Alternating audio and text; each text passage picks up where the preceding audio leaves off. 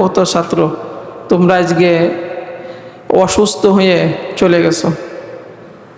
আল্লাহ তাআলা বলেন ওয়াইদা মারিদতু ফাহুয়া ইয়াশফিন, বান্দারে তোমরা যখন অসুস্থ হও আমি রব্বুল আলামিন তোমাদেরকে সুস্থ করি।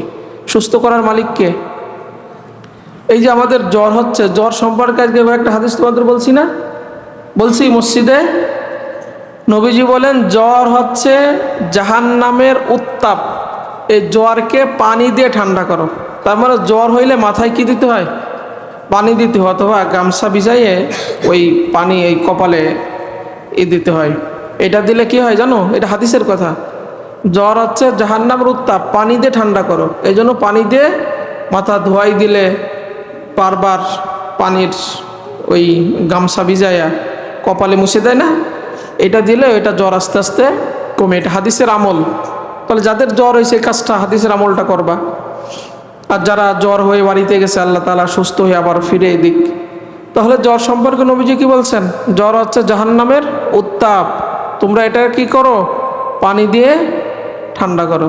2 নম্বর হাদিস হচ্ছে নবীজি বলেন জ্বর হলে তোমরা জ্বরকে কেউ গালি দিবা না।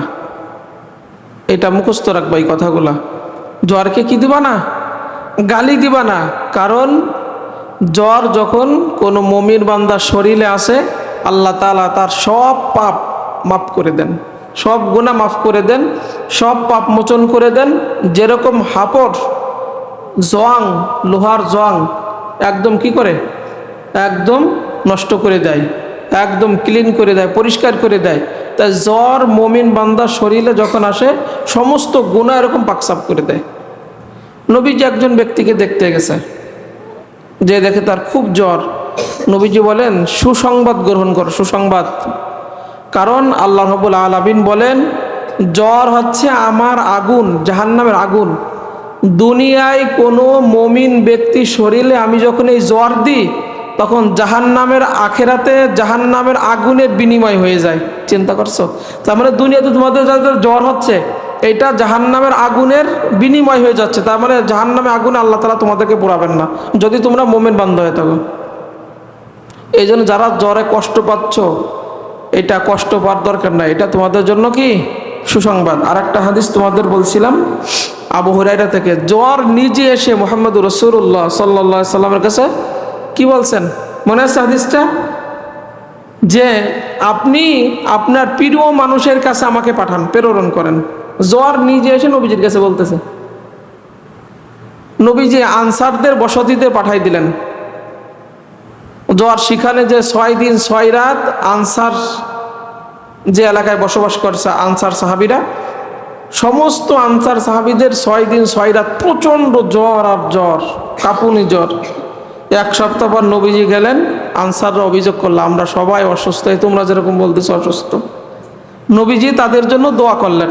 এই জন্য আজকে আমরা দোয়া করতেছি। নবীজি তাদের জন্য কি করলেন? দোয়া করলেন। দোয়া শেষ করে আনসার পরিবার থেকে বেরোয় চলে যাচ্ছেন। একজন মহিলা পিছন থেকে ডাকতেছেন, ইয়া রাসূলুল্লাহ সাল্লাল্লাহু আলাইহি সাল্লাম, আমি একজন আনসারি মহিলা, আমার পিতাও আনসারি, আপনি আনসার সাহাবীদের জন্য দোয়া করছেন, আমিও জ্বরে আক্রান্ত, আপনি আমার জন্য কি করেন? দোয়া করেন। নবীজি বলেন শোনো, তুমি চাইলে আমি দোয়া করতে পারি, তবে এই যে জ্বর তোমাকে যে কষ্ট দিচ্ছে, তুমি যদি ধৈর্য ধারণ করতে পারো, কষ্ট স্বীকার করে ধৈর্য ধারণ করতে পারো, এর বিনিময়ে আল্লাহ তোমাকে জান্নাত দিবে। ওই মহিলা বলতেছে আমার যতই কষ্ট হোক আমি ধৈর্য ধারণ করব, তারপরও আমি জান্নাত হাতছাড়া করব না। চিন্তা করছো?